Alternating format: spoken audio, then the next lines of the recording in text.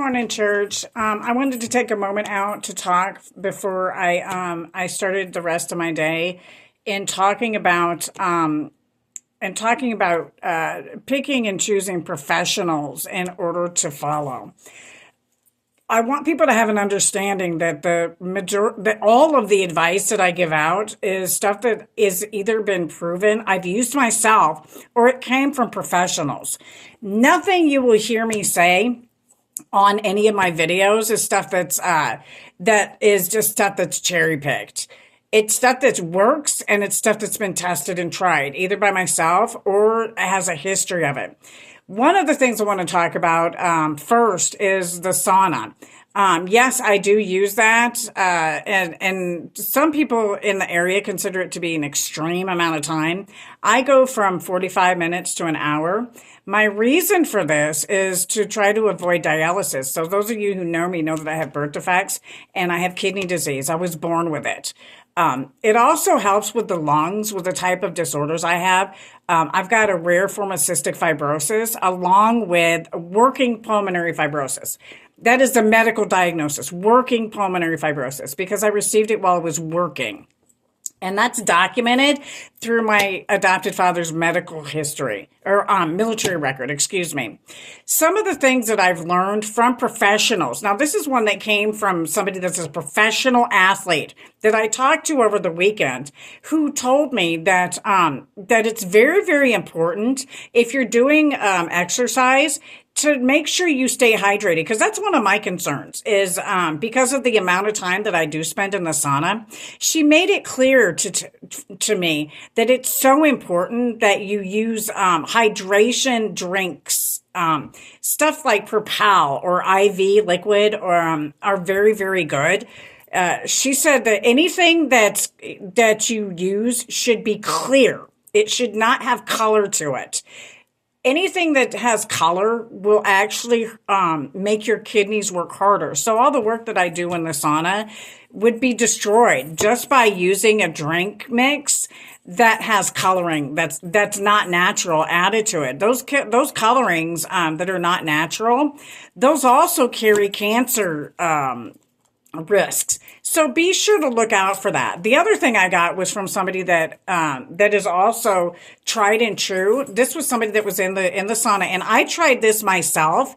Activated charcoal. Now, I was told that the activated charcoal, you're not supposed to take it with your medications or anything, any herbal remedies or any of that, because it actually will absorb those chemicals. So if you're using it, you need to make sure that you have it, that you're administering it to yourself separately, several hours separate from the medications and the natural remedies that you take. I was told use it about 15 minutes before you start your workout or your sauna experience. I chose the other day to use it in the about 15-20 minutes before I went into the sauna, and I will tell you that I could really tell the difference. You need to be careful though, and consult with your doctor before you do this, because it removes so much toxins. I could feel it in my muscles, because my muscles they almost like seized up, kind of like, and started convulsing.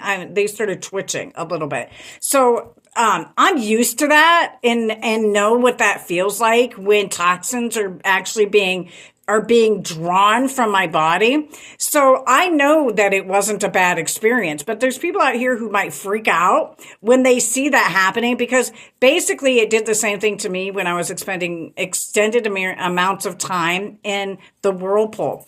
I had somebody that I tried to tell, because I have had an extended experience in the whirlpool, and know that when you go in there, and you start doing it on a regular basis, you will literally start to get rashes on your legs from all the toxins that it releases. But if you hold strong, you will find that in the end, it will repair itself, because that's what those sores are. They're toxins that are being released through your body. And in the whirlpool that they use at the gym, they actually put baking soda in order to help progress that process. you have to remember that I spend extended amount of time in the whirlpool. I'm not like anybody else because of my rainouts. My rainouts is a disorder it's a circulation problem that's hereditary. And so because of that, I'm able to experience longer times in a higher temperature than most other people are. But I'm going to tell you that I was told by professionals that came from Europe that you really want to try your best to stay in the whirlpool. If you're going for the reasons that I go for, health reasons, especially if you're trying to detox, you start out slow, doing 15 minutes, maybe 20 minutes twice a day, working yourself up to the 45 minutes to an hour. You can even break up the times in order to make it less strenuous on yourself, because it's not easy to do. I'm here to tell you. There are times that I struggle with it, and I do it every day. And I have another person that I know that does it a couple times a day. His whole time is 2 hours, but he breaks it up, and he'll tell you sometimes he makes it, sometimes he doesn't. I at least try to make that 45 minutes a day, no matter what. And it's hard. There are days I just don't want to, and I struggle at it, but I do it anyway, knowing that in the end, I'm going to feel much better for it. You've got to remember, too, that I also work out much more than most normal people do. A lot of people will tell you, all you need is 45 minutes to an hour. Well, sometimes that's true. But if all you're doing is sitting all day, just going from machine to machine, as long as you're not, like trying to overexert yourself, it's okay to go to the gym 4 or 5 hours a day. But remember, in the course of that, what you put into your body is what you're going to get out of it.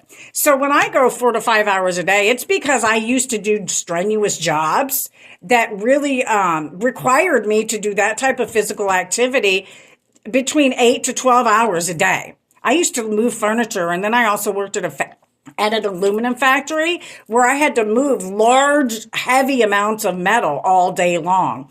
So when I talk to you about this, please remember, and that there's also construction workers and other fields where people have to do this type of physically aggressive work. And so people like me are used to that. And if you're not used to that, you should work yourself up and slowly build yourself up to it. Not everybody's going to do 4 or 5 hours a day at the gym. That's just not realistic, and not everybody has the time for that. So you're going to have to fit it in where you can. Remember, if you work all day, that's a little different. See, I'm on disability, so I minister and then spend my time at the gym. I'm doing both at the same time when I'm at the gym, ministering and working out. So when people see me and they see you working out that amount of time, then they start to take you seriously. That's pretty much what goes on with me. So we're all on the same page here. And I just want people to have the understanding that not everybody's body is the same. Not everybody has built up because I've already lost most of my weight. So all I'm doing right now really is maintaining and toning myself up. So everybody has an understanding. Weight loss is no longer a goal for me.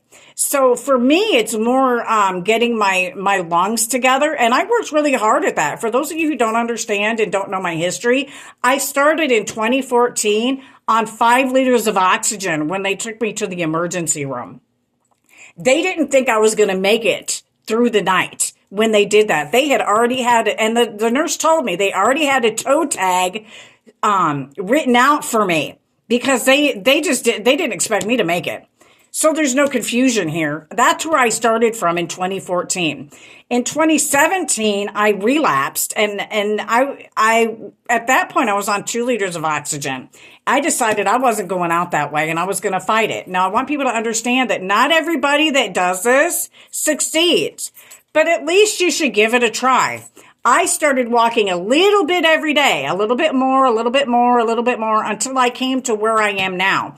I've also invested a lot of money into exercise equipment. Not everybody does that. So again, your behavior, if you're actually taking care of yourself, will show that. I didn't just exercise. I had to exercise and change my diet. You can't do one or the other. A lot of people will change their diet and then they wonder why they can't lose any weight because they're not exercising. Or they'll exercise and not change their diet and not understand why they're not losing weight after so much of a point. You've got to do both. If you want the success that I have, and I'm going to tell you what I do works. Listen to the professionals. They're professionals for a reason. You know, you might find a few things here and there that you don't like that the professionals do, but as long as you follow the core of what they're talking about, you will be able to succeed. Now, remember, I'd rather see people exercise and be addicts at the gym with working out than going on the streets and doing drugs and being an alcoholic.